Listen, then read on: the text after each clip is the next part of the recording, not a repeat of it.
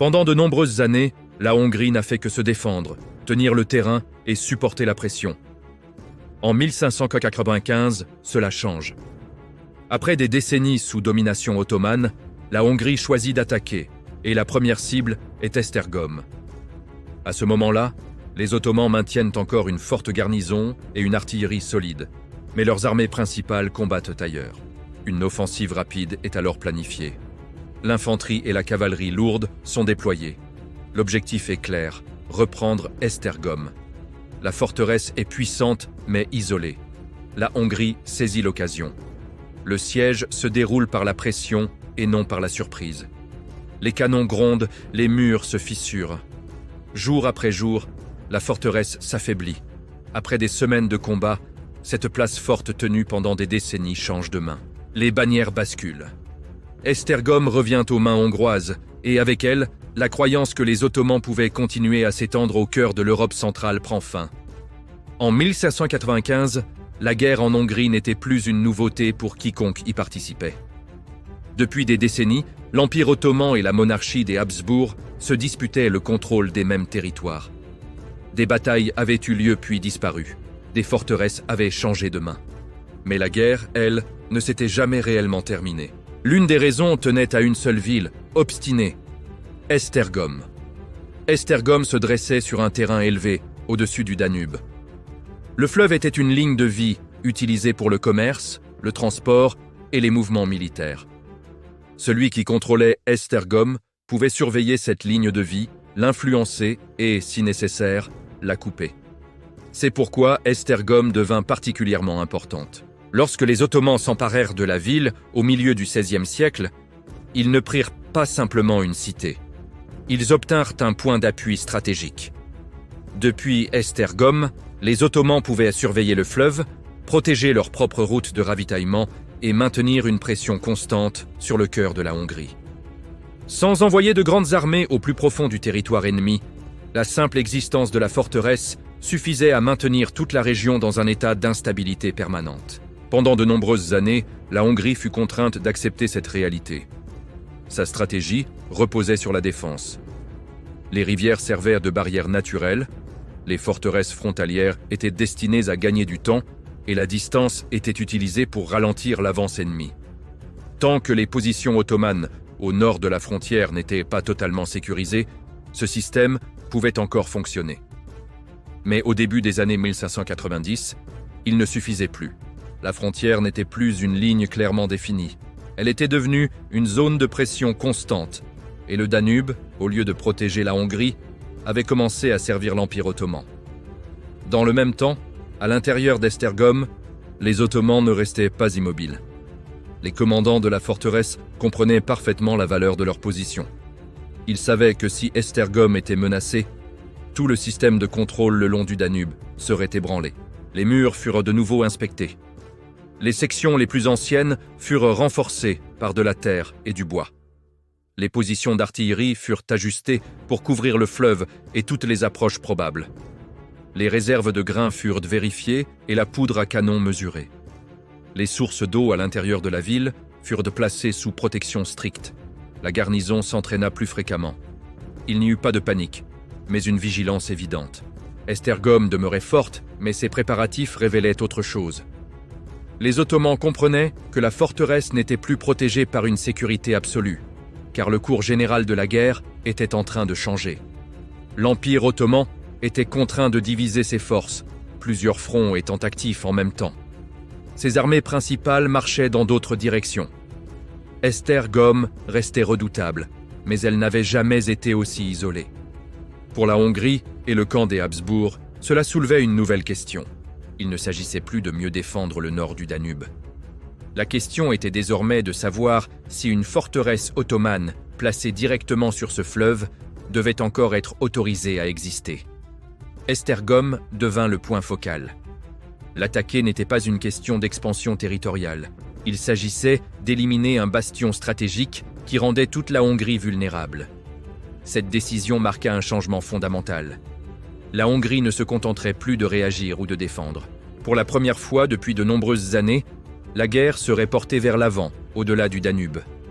À la fin du printemps 1595, ce moment était arrivé. Pour les Ottomans à l'intérieur d'Esztergom, la préparation changea de ton. Ce n'était plus une simple prudence, c'était une mise en état de combat. Le commandant de la forteresse abandonna une posture de maintenance défensive pour adopter une attente active. Des signaux furent établis entre les tours et les itinéraires des messagers furent testés. Les canons ne furent pas seulement positionnés, ils furent réglés, calibrés et leurs tirs répétés à l'entraînement. Les munitions furent réparties plus près des points de tir afin de réduire les délais une fois le combat engagé. Même la vie quotidienne s'adapta. Les déplacements non essentiels furent restreints, les civils dirigés vers des zones intérieures plus sûres et la nourriture rationnée. De l'autre côté de la frontière, pour la première fois, la monarchie des Habsbourg cessa d'observer et commença à agir. À Vienne, l'hésitation prit fin. Les ordres furent donnés discrètement mais fermement. Il ne s'agissait pas d'un raid ou d'une démonstration de force, mais d'une opération de siège à grande échelle. Des troupes furent appelées dans l'ensemble du territoire impérial. L'infanterie allemande forma le noyau de l'armée, disciplinée, nombreuse et entraînée pour des campagnes prolongées. Des unités hongroises furent rattachées pour leur connaissance du terrain. Des ingénieurs et artilleurs italiens furent engagés pour gérer les canons de siège et les travaux de fortification. Cette armée se constitua progressivement pour éviter d'attirer l'attention trop tôt. Les approvisionnements suivirent derrière, lents et lourds. Les canons furent traînés sur des routes difficiles et les chariots gémissaient sous le poids de la poudre et des boulets. À mesure que l'armée avançait vers l'est, le ton parmi les soldats changea. Ils marchaient vers une forteresse qui tenait depuis des décennies et ils savaient qu'ils devraient rester jusqu'à ce que l'issue soit décidée. Au début de l'été, l'avance ne pouvait plus être dissimulée. Les éclaireurs ottomans signalèrent des mouvements de grandes formations et des trains d'artillerie. Il n'y avait désormais plus de doute. À l'intérieur d'Esztergom, les plans de défense furent revus une dernière fois. Les soldats comprenaient que, dès que l'armée des Habsbourg aurait établi son camp, la ville serait coupée du monde. Lorsque les premières unités impériales atteignirent les collines dominant la ville, les deux camps étaient prêts. Au moment où le soleil se leva pleinement au-dessus du Danube, l'armée des Habsbourg avait passé la nuit en état d'alerte. Les équipes d'artillerie dormaient à côté de leurs canons et la poudre était conservée au sec. De l'autre côté du fleuve, la garnison ottomane se tenait prête. À la première lumière du jour, la brume au-dessus du fleuve s'amincit pour révéler les plateformes de tir et les ouvrages de terre. Ce fut le signal. Peu après le lever du soleil, un seul canon des Habsbourg tira. Ce n'était qu'un coup d'ouverture délibéré, un test de distance et une déclaration sans parole. Le boulet traversa le fleuve et frappa les ouvrages extérieurs d'Esztergom. La pierre se fissura, la poussière s'effondra et le son résonna à l'intérieur des murs. Ce n'était plus une préparation, c'était la guerre. En quelques instants, les officiers ottomans se mirent en mouvement. Les ordres furent donnés calmement. Des signaux préétablis furent utilisés au lieu de cris. Les canonniers gagnèrent leurs embrasures assignées. Puis, les canons ottomans répondirent. Leur réaction fut contrôlée, non émotionnelle. Ils visaient les positions d'artillerie visibles, les chariots de ravitaillement et les équipes exposées sur les pentes au-delà du fleuve. L'objectif n'était pas de répondre coup pour coup, mais de faire en sorte que chaque équipe de canons des Habsbourg se sente observée. Au fil de la matinée, l'échange s'intensifia. D'autres canons des Habsbourg ouvrirent le feu. Pas tous en même temps. Ils tiraient en séquence, ajustant après chaque impact. Certaines batteries se concentraient sur une section précise du mur, là où la pierre paraissait plus ancienne, là où les réparations des guerres passées étaient visibles. D'autres canons visèrent les parapets et les tours, forçant les canonniers ottomans à garder la tête baissée. À l'intérieur d'Esztergom, les effets devenaient plus clairs heure après heure. La maçonnerie s'effritait, les ouvrages de terre commençaient à s'affaisser. Les défenseurs réparaient les dégâts là où ils le pouvaient, comblant les brèches avec du bois et de la terre tassée. Les civils étaient déplacés plus à l'intérieur. Les caves se remplissaient. Les réserves de nourriture étaient dégradées. Les prêtres et les responsables tentèrent de maintenir l'ordre tandis que la peur se répandait lentement. À l'extérieur des murs, le camp des Habsbourg s'installait dans son propre rythme. Les équipes de canons se relayaient pour éviter l'épuisement. Les chariots de munitions circulaient sans cesse. Les ingénieurs observaient les murs à travers la fumée, marquant les points d'impact et ajustant leurs plans. Ce n'était pas un assaut spectaculaire, c'était quelque chose de bien plus dangereux. C'était le début de la pression. Dans l'après-midi, les deux camps comprirent le schéma qui se dessinait. Les assaillants ne cherchèrent pas à briser la ville en un seul jour. Ils cherchaient à l'affaiblir heure après heure, pierre après pierre. Les défenseurs, eux, ne tentèrent pas de gagner la bataille d'un coup. Ils cherchaient à tenir, à survivre au premier jour, puis au second, puis à tous ceux qui suivraient. À l'approche du soir, les tirs ralentirent, non pas parce que les combats étaient terminés, mais parce qu'ils ne faisaient que commencer. La fumée restait suspendue au-dessus du fleuve. Les murs étaient marqués, mais toujours debout. La ville restait ottomane. Et pourtant, la vérité était déjà claire pour tous. À partir de cet instant, Esztergom n'était plus une forteresse en préparation. C'était une forteresse assiégée, et les sièges ne se terminent jamais rapidement. À la 3e semaine de bombardement, le siège avait changé de nature. Le bruit n'était plus choquant. La fumée n'était plus surprenante. Ce qui effrayait désormais, c'était la routine. Chaque matin, les canons reprenaient. Chaque après-midi, les murs perdaient un peu plus d'eux-mêmes. Chaque nuit, les réparations devenaient plus difficiles à achever. L'artillerie des Habsbourg avait appris à connaître la forteresse. Leurs ingénieurs suivirent les schémas de destruction et comparèrent leurs observations. Ils parvinrent à une même conclusion. Une section du mur, sur le côté ouest, plus ancienne et déjà réparée à de nombreuses reprises, s'affaiblissait plus vite que le reste. À partir de ce moment-là, le feu se concentra. Les équipes de canons ajustèrent l'élévation et le rythme. Les tirs tombèrent plus près les uns des autres. Les impacts se superposèrent.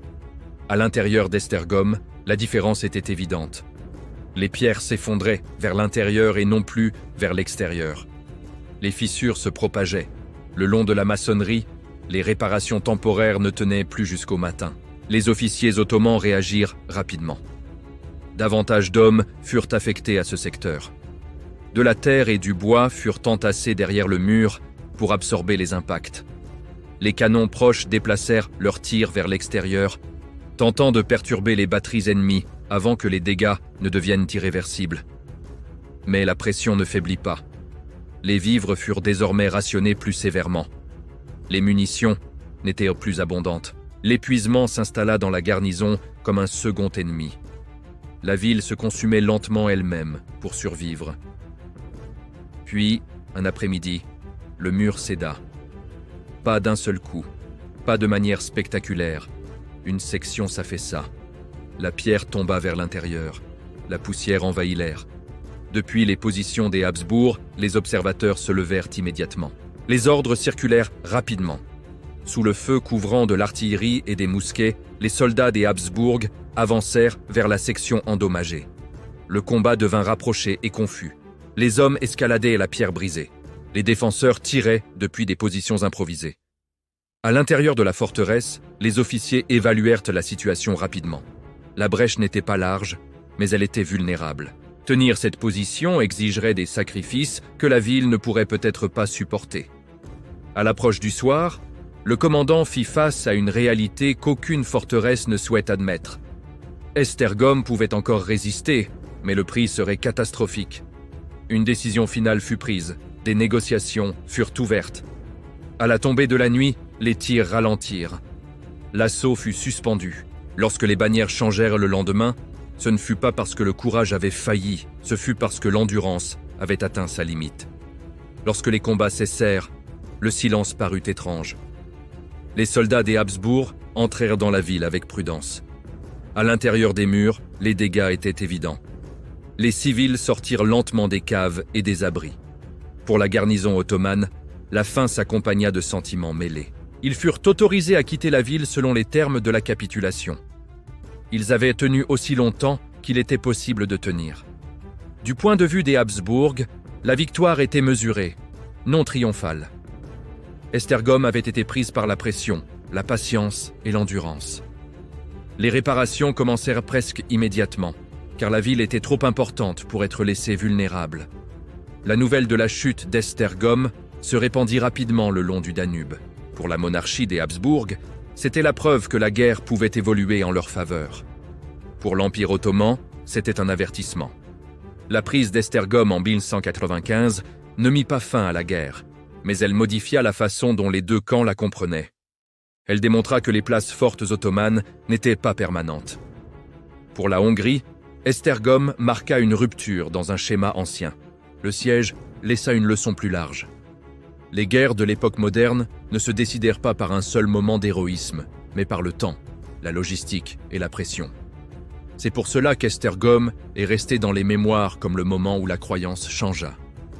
Et dans les guerres longues, la croyance compte souvent plus que la victoire.